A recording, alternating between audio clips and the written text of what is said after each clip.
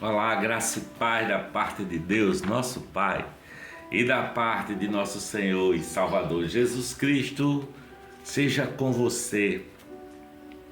Se você está chegando aqui no nosso vídeo agora, pela primeira vez, se inscreva no canal, ative o sininho e dê assim os joinhas para que o nosso canal cresça, não é? E o bom perfume de Cristo se espalhe. Curta bastante, comente e compartilhe do nosso canal, do nosso conteúdo. Hoje eu quero falar sobre os inimigos do cristão. Jesus disse que nós deveríamos amar até os inimigos, mas existem inimigos nossos que precisam ser combatidos, né? Precisam ser rejeitados, precisam ser vencidos.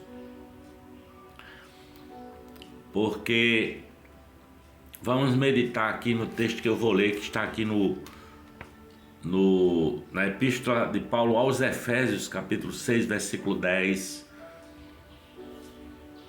Finalmente, irmãos, fortalecei-vos no Senhor e no seu forte poder.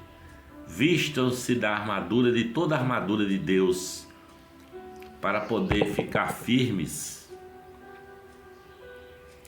contra as astutas ciladas do diabo.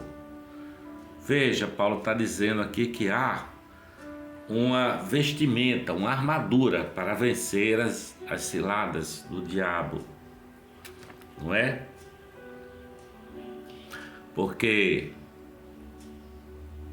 antes você andava de qualquer maneira no mundo, fazendo, não é, o que vinha na sua cabeça e você achava que estava vivendo bem assim. Mas um dia o Senhor Jesus o encontrou e isso mudou o seu coração e você se converteu, foi justificado, você nasceu de novo, você se tornou um filho de Deus. E agora, o que fazer? Se isso aconteceu com você, você é um bebezinho no mundo. Você pode ter qualquer idade que tiver, mas espiritualmente falando, você é um bebê, precisa de alimento, precisa de cuidado, não é? Precisa de proteção, precisa de carinho. Você precisa de ajuda, de companhia. Então, eu acho importantíssimo que você congregue, não é? Para vencer as dificuldades. Você talvez precise de amigos que andem junto com você na caminhada. Eu particularmente congrego com os irmãos aqui do Caminho da Graça, sob a mentoria de Jorge Luiz Melo aqui na Estação Natal e Odineide Batista na estação do Caminho da Graça, Zona Norte, junto com os irmãos que participam das nossas reuniões, não é, dos nossos encontros e se ajudam mutuamente e oram uns pelos outros. E isso é muito bom, sabe?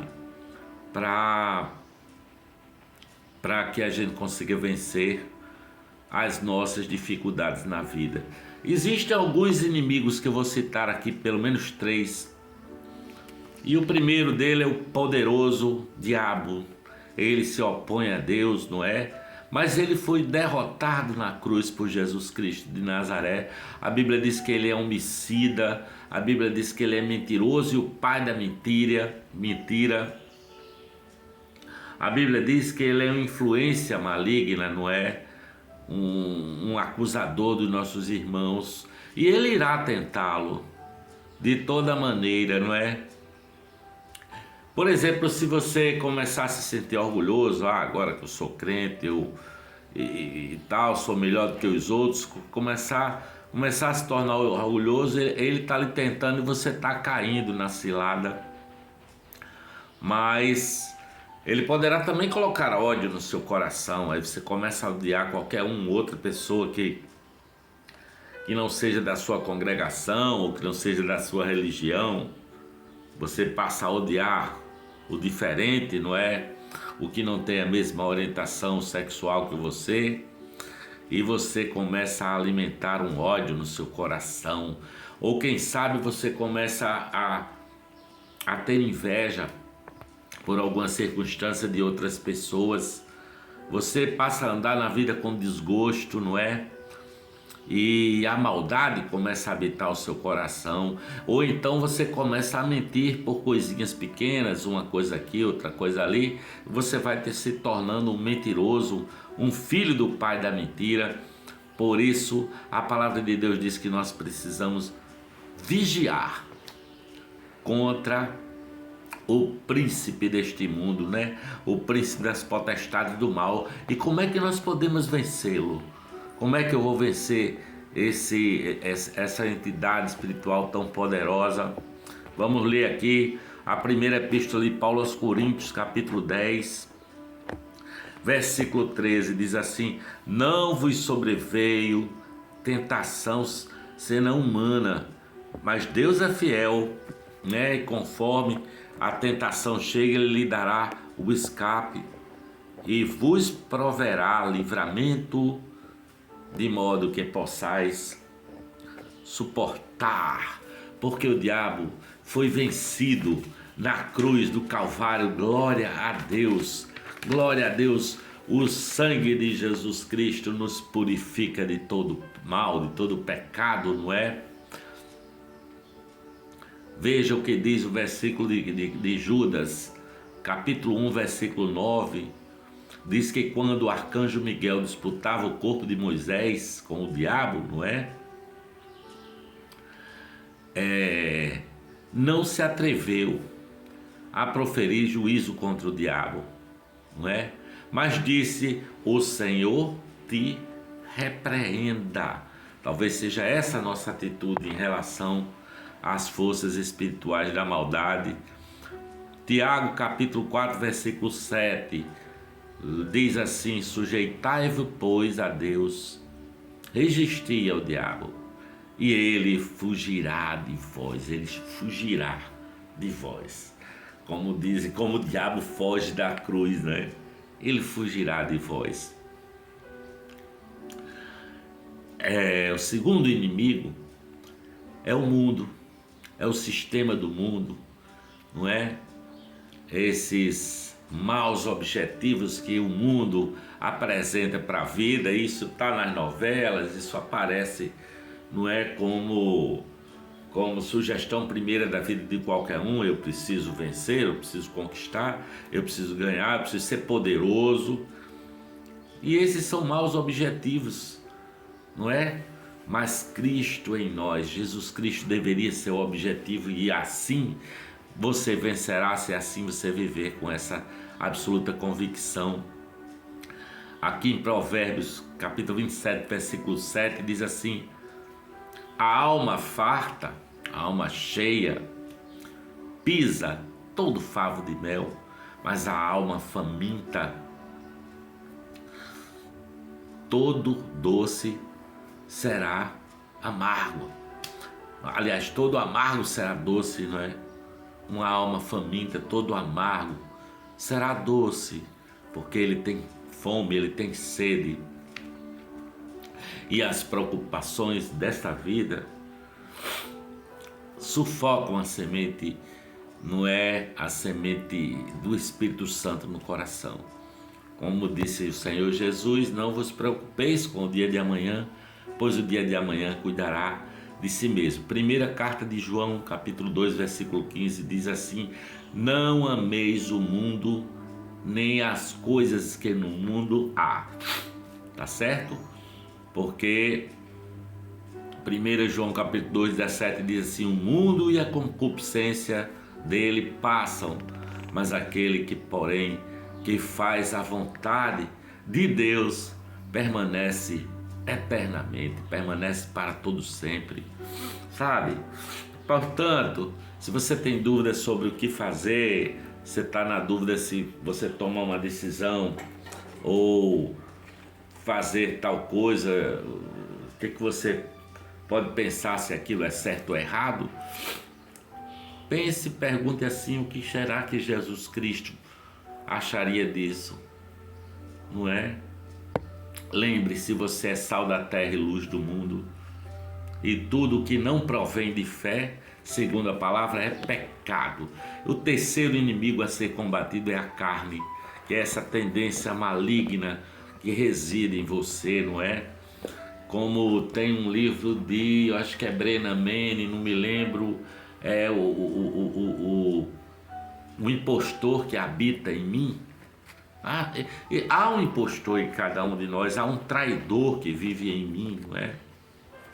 E a palavra de Deus diz que a carne milita contra o Espírito e o Espírito Santo milita contra a carne, não é? Portanto, Romanos capítulo 6, versículo 11 diz para a gente se considerar morto para o pecado e vivo pela fé, não é? Vivo pela fé, como diz Paulo. Na 1 Coríntios capítulo 9, versículo 17, Paulo diz que reduz o meu corpo à escravidão, espanca o meu corpo e reduz a escravidão. O pecado, o mundo e a carne são os inimigos que precisam ser vencidos. E permanecer em Cristo é o caminho certo a seguir, é o caminho a fazer. Primeira Epístola de João, capítulo 5, versículo 4 diz: e esta é a vitória que vence o mundo, a nossa fé em Jesus Cristo, sabe? A nossa fé vence o mundo. Gálatas capítulo 5, versículo 16: andai em espírito e jamais cumprireis as concupiscências da carne.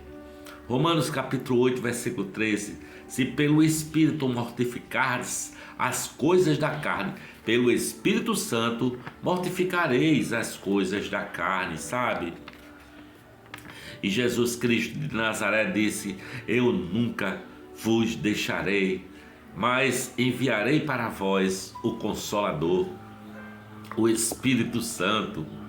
Ele disse em João capítulo 14, versículo 16: não vos deixareis órfãos. Efésios 5,18: enchei-vos do Espírito. O Espírito Santo habita em você, sabe?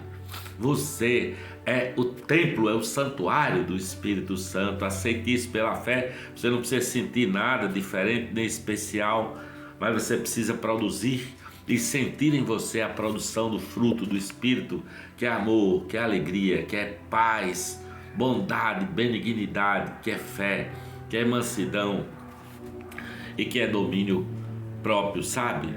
Você pode vencer o mundo, você pode vencer as potestades, sabe?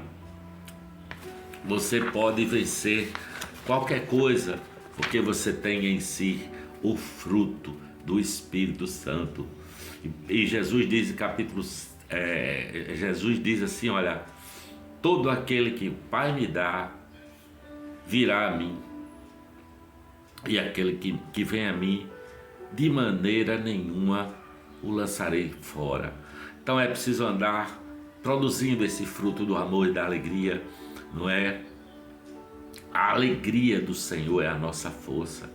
O Salvador está comigo, está com você. Então não importam as circunstâncias, não importam os problemas, você pode ser mais do que vencedor por aquele que nos amou. Em nome do Pai, do Filho, do Espírito Santo. Amém, amém e amém.